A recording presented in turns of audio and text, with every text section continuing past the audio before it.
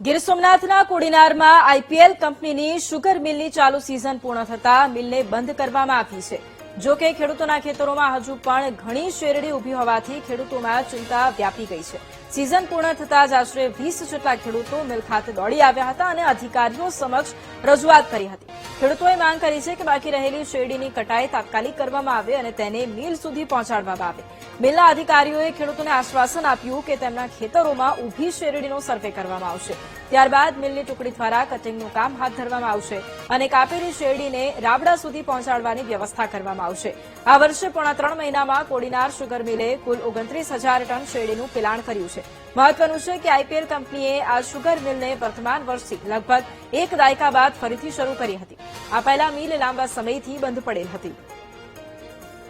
અમારી શેરડી કટાઈ બાકી છે અને શુગર મિલ બંધ થઈ ગઈ, એટલા માટે અહીં બધા ખેડૂતો આવે છે। અમને ફોન આવ્યો સિલીપભાઈનો કે આવી જાઓ, બરાબર।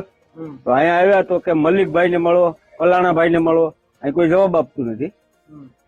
હવે અમારે શું કરવાનું? કેટલા ખેડૂતો આવ્યા, કેટલાની બાકી છે? લગભગ 50-60 ખેડૂત છે ને હજી આવે છે, બધા એને ફોન કર્યા એટલે।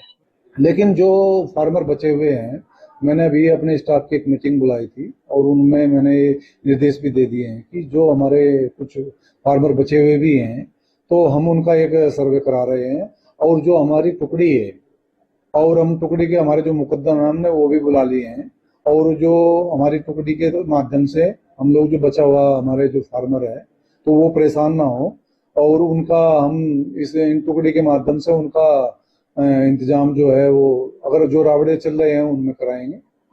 तो ये हमारी प्लानिंग है।